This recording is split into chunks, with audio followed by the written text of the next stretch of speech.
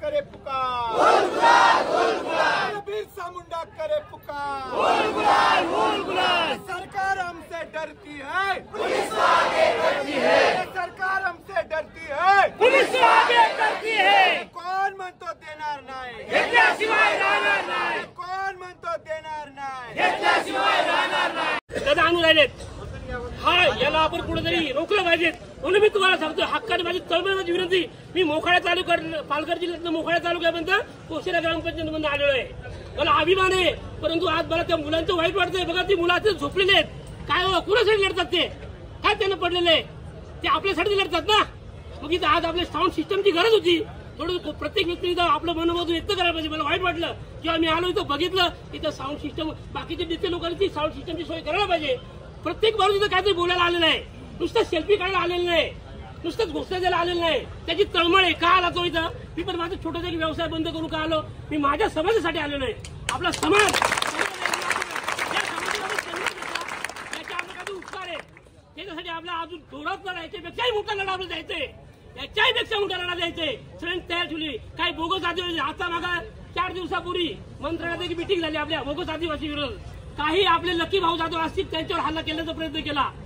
त्याच्यानंतर पालघरचे आपले लांडे साहेब होते, मुंबईचे पुण्याचे, त्यांच्यावर हल्ला केल्याचा प्रयत्न केला। मग आपला समाज कुठे त्यावेळेस? बाकीचे आपले आमदार खाली नुसते निवडून द्यायचे आपण, त्यांचं पण काय मिळत जायचं? 2-3 जर आमदार काय निवडून नाही तुम्ही, त्यामुळे म्हणून आज बोलतोय। ठीक आहे, काय चुकीचा जर एखादा शब्द गेला असेल त्याच्याबद्दल मी समक्ष माफी मागतोय। पेसा भरती झालीच पाहिजे, झालीच पाहिजे, झालीच पाहिजे। पेसा भरती झालीच पाहिजे, झालीच पाहिजे, झालीच पाहिजे। ठीक नको, ठीक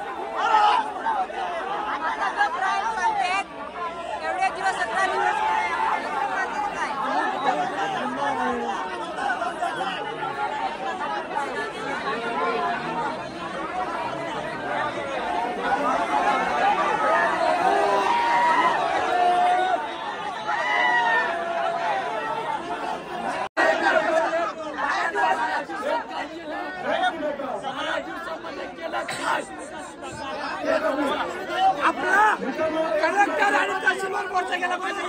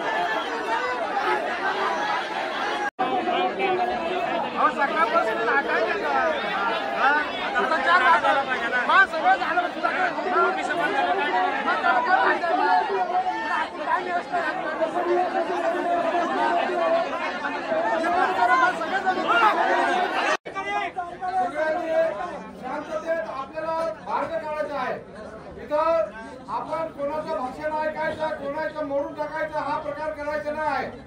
आपल्याला सगळ्या पक्षाच्या आणि सगळे सत्ताधारी असेल, विरोधी पक्ष असेल, सगळ्यांचं म्हणणं ऐकून घेऊन तुमचा जो काही इथं जे उपोषण करते आहेत त्यांचा प्रश्न मार्गी लागला पाहिजे, याच्यासाठी आपण आलेलो आहोत.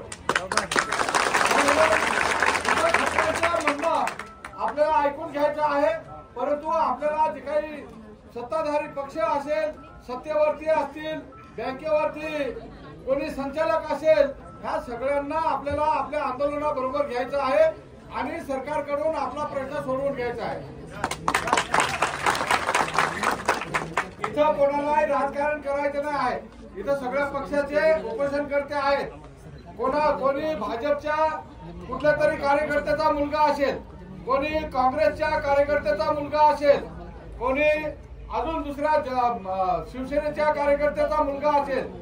त्यामुळे इथं पक्ष हा विषयच नाही. इथं आहे आदिवासींच्या प्रश्नाचा विषय आहे. आपला प्रश्न आला की सरकारला कुठेतरी अडचण येते आणि म्हणून आज आपण संबंध 13 जिल्ह्यातील, महाराष्ट्राच्या 13 जिल्ह्यातील जे कार्यकर्ते आहेत, जे उपोषणकर्ते आहेत, त्या 13 जिल्ह्यातील संबंध सत्तेवर असेल किंवा आंदोलनामध्ये असेल, त्या सगळ्या विविध पक्षाच्या सर्व जे काही बँकेवरती कोणी संचालक केला असेल, तिथं जिल्हा परिषदला सदस्य असेल, आमदार असतील, खासदार असतील, ह्या सगळ्यांनी मिळून हा जो काही आपला प्रश्न थांबवलेला आहे कोर्टाच्या आदेशाचा निमित्त करून, तो प्रश्न मार्गी लागला पाहिजे, याच्यासाठी आपल्याला इथं आज आपण सर्व जमलेलो आहोत. कालपर्यंत आपण पाठिंबा देऊन जात होतो, उपोषणकर्त्याला फक्त पाठिंबा देऊन जात होतो. आज आपण असं ठरवलं होतं, 4 तारखेला आपण असा निर्णय घेतला की आपण पुऱ्या जिल्ह्यामधून 13 जिल्ह्यामधून आपल्या आपल्या परीने लोकांना निरोप देऊन पाठिंबा देण्यासाठी आपण बोलवलेलं होतं. ठाणे जिल्ह्यातील आपले विनोद दिकोले वरती येणार आहे, माणसाने हातावर गेली की जागा मिळते, तुला माहित नाही का?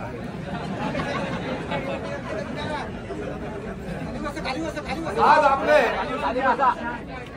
आपले इथं खोसकर साहेब आपले इगतपुरीचे आमदार आलेले आहेत, डहाणूचे निकोले साहेब आलेले आहेत, सरोजताई आहेरे,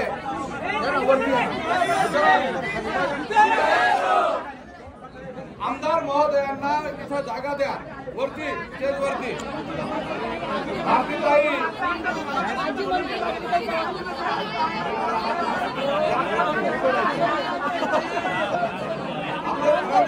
आपले मॅडम आहे, भारतीताई आधी केंद्रीय मंत्री त्या पण इथं आहेत.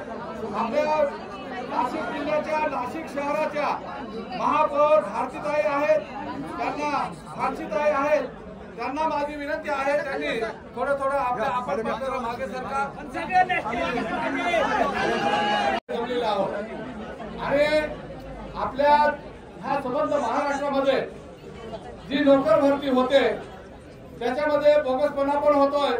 आदिवासीच्या नावावरती बोगस सर्टिफिकेट घेऊन आणि बिगर आदिवासी नोकरीला लागतोय, सरकार त्याला संरक्षण देत आहे. त्याचबरोबर आता जी नोकर भरती झाली ही संबंध महाराष्ट्राची झाली, फक्त आदिवासी क्षेत्रापुरती नव्हती, संबंध महाराष्ट्राची झाली आणि महाराष्ट्राच्या इतर जातीचे जनरल जागा, ओबीसी जागा सगळं भरल्या गेल्या. फक्त पेशा क्षेत्रामध्ये जेव्हा भरतीची वेळ आली त्यावेळेस मात्र सगळे जागे झाले. ओबीसीच्या नावाखाली कोणीतरी अपील केलं आणि ओबीसीच्या जागा इथं भरल्या गेल्या पाहिजे, तिथं रिझर्वेशन झालं पाहिजे, एवढं निमित्त करून आदिवासींच्या भरत्या मात्र रोखून ठेवल्या. आपलं म्हणणं आहे की इथं जरी ओबीसीचं रिझर्वेशन पाहिजे असेल ते पण द्या ना.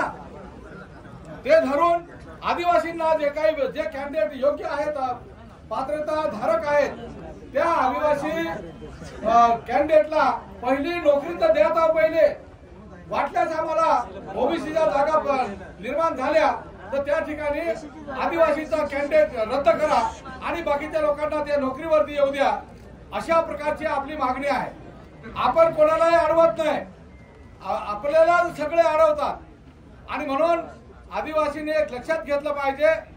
प्रत्येक कार्यकर्त्याने, जे आदिवासीचे कार्यकर्ते आहेत त्या कार्यकर्त्यांनी लक्षात ठेवलं पाहिजे, आपल्याला आपला फायदा जेव्हा जेव्हा होतो, फायदा होण्याची वेळ येते, त्यावेळेस सगळेच्या सगळे सरकार सकट बिगर आदिवासी लोक आपल्यावरती आडवे येतात, आपल्याला त्या फायद्यापासून लांब नेतात ठेवतात.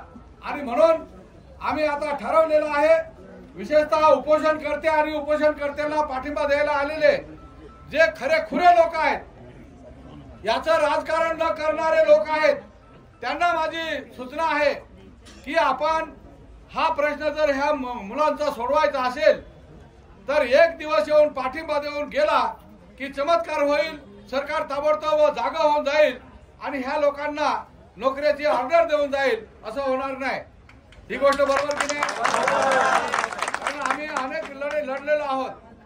सरकारला याची जाणीव झाल्याशिवाय सरकार बोलायला तयार होत नाही आणि म्हणून आम्ही निर्णय घेतलेला. आम्हाला जो उशीर झाला ते आम्ही बसलो होतो, हे उपोषणकर्त्यांचे शिष्टमंडळ, कोर कमिटीतले लोक आणि बाहेरून आलेले जे काही कार्यकर्ते आहेत, ह्या सर्व कार्यकर्त्यांची मीटिंग झाली. मीटिंग मध्ये असा निर्णय झाला की सरकारला पण कोणत्या अडचणीत आपण टाकायचं नाही आहे. सरकारचे जे काही काम चालू आहे त्या कामामध्ये आपण अडथळा कुठलाच निर्माण करायचा नाही आहे, पण आपला प्रश्न तर सुटला पाहिजे. जे मुलं 1 वर्षापासून फेऱ्या मारतात, केव्हा आमची भरती होईल, आमची ऑर्डर दिली ती कंटिन्यू केव्हा होईल, हे सरकारकडे विचारतात. अधिकारी मात्र त्याला वरच्यावर उडवून देतोय. तो म्हणतो हा सरकारचा प्रश्न, सरकारच्या पॉलिसीचा प्रश्न, सरकारने निर्णय घेतला की तुम्हाला परत ही ऑर्डर आम्ही रिवाइज करून देऊ, परंतु रिवाइज करण्याचा मुहूर्त कधी निघत नाही. आणि म्हणून आपल्याला सुद्धा सरकारच्या पद्धतीनेच आपल्याला पण पावलं टाकावी लागतील. आणि म्हणून निर्णय असा झालेला आहे, आता आपण ह्या संबंध मोर्चेकरी आपल्या याला पाठिंबा द्यायला आलेले सर्व आदिवासी, सर्व कार्यकर्ते, त्याचबरोबर आदिवासीच्या ह्या नोकरीमध्ये नोकरी मागणारे जे उपोषणकर्ते आहेत त्यांच्यातले 4-5 लोक आणि कार्यकर्त्यांमधून आलेले काही 4-5 प्रतिनिधी, असं आपण कमिशनर मॅडमला आज एक शिष्टमंडळ नेऊन त्यांच्याकडे मागणी करणार आहोत की यांचा प्रश्न केव्हा सुटणार. ही मागणी तर अनेक वेळेस केलेली आहे. कमिशनर मॅडमकडे शिष्टमंडळ ह्या उपोषणकर्त्याचं पण गेलेलं आहे, पण त्यावेळेस त्यांनी कुठलाही निर्णय दिला नाही.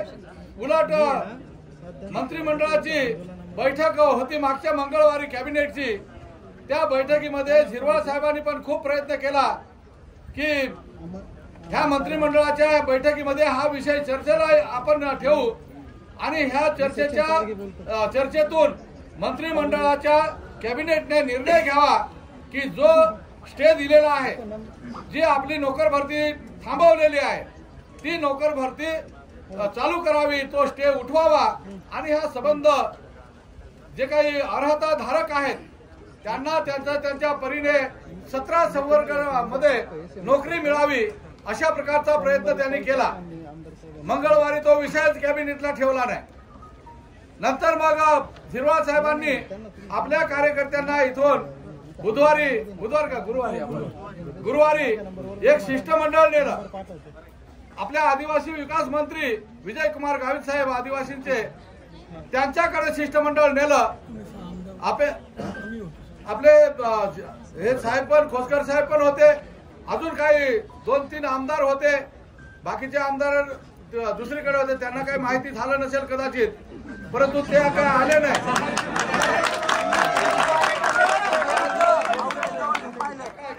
अरे टाळ्या वाजवायचा ना, आपला प्रश्न जीवन मरणाचा आहे, ही काही चांगली गोष्ट नाही आहे. ही गोष्ट तुम्हाला पण कळते की नाही हे बाब. आणि म्हणून त्या दिवशी जेव्हा शिष्टमंडळ घेऊन गेले त्या ठिकाणी जी चर्चा झाली त्या चर्चेमध्ये सुद्धा मंत्री महोदयांनी अशा प्रकारचं कुठलं असं ठोस आश्वासन दिलं नाही किंवा ठोस कारवाई केली नाही की तुम्हाला जी तुमची मागणी आहे ती आम्ही पूर्ण करू. त्याने सांगितलं की हे वरपासून आपल्याला चर्चा करावी लागेल. सुप्रीम कोर्टाचा प्रश्न आहे आणि त्या सुप्रीम कोर्टाच्या प्रश्नावरती व्यवस्थितपणे चर्चा करून यातून मार्ग काढावा लागेल. त्यामुळं तुम्ही तिथं जे उपोषण सुरू केलेलं आहे उपोषण तुम्ही सोडून द्या. पोट भरा, पोटभर खा आणि तिथं बसा. म्हणजे उपोषणची धास्ती ऐका जरा. उपोषणची धास्ती एखादा मेला तर सरकारवरती येईल एवढं फक्त सोयीचं बाजूला करा आणि मग भरपूर खा आणि तिथं झोपून राहा. इलेक्शन आता जे विधानसभेची निवडणूक येणार आहे त्या निवडणुकीचा आचारसंहिता 15 ते 18 तारखेच्या जवळपास सप्टेंबरच्या ही लागणार आहे आणि म्हणून आता एकच महिना राहिलाय. ह्या 1 महिन्यामध्ये ही तुमची थोडीशी सरकवत इलेक्शनची आचारसंहिता लागली की तुमचं उपोषण गेलं कामातून. तुमचं धरणं पण काही उपयोगात येणार नाही. सगळेच अधिकाऱ्यापासून तर राज्यकर्ते म्हणतील आता आचारसंहिता लागली कुठला तुम्हाला नोकरीची ऑर्डर देता येणार नाही. आता निवडणूक झाल्यानंतर पुढे आणि त्यामुळं आपला जो प्रश्न आहे हा प्रश्न तसाच भिजत पडणार आहे. आता याला जर निर्णायकपणे आपल्याला काहीतरी तुकडा पाडायचा आहे यातून मार्गच काढायचा आहे हे जर आपल्याला निश्चित करायचं असेल तर आपल्याला एक निर्धार करावा लागेल. आणि आता आपण कमिशनर मॅडमकडे याची सूचना द्यायला जातोय की हा प्रश्न ताबडतोब मार्गी लावण्यासाठी मुख्यमंत्री साहेबांकडे, कारण सामान्य प्रशासन खातं हे मुख्यमंत्री साहेबांकडे आहे आणि म्हणून शिंदे साहेबांकडे मीटिंग लावावी. सर्व जे संबंधित अधिकारी आणि संबंधित मंत्री त्या मीटिंगला बोलवावेत आणि त्या ठिकाणी याच्यावरती कायदेशीर चर्चा करून आपल्याला हा मार्ग मोकळा करून द्यावा. आणि अशा प्रकारचा जर निर्णय होत असेल तर आपण त्या दिवशी आपलं आंदोलन मागे घेऊ. अन्यथा आपण त्या मॅडमकडं आज आपण जातोय, त्यांना आपण आपली सूचना मांडतोय आणि त्यांना एक नोटीस देणार आहोत आपण की जर 21 तारखेपर्यंत 21 तारीख बुधवार येते 21 तारखेपर्यंत ऐकून घ्या जरा. अरे ऐकून घ्या.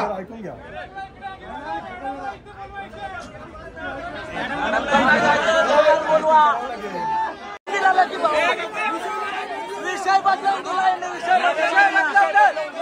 राजकारण नाही पाहिजे. राजकारण नको.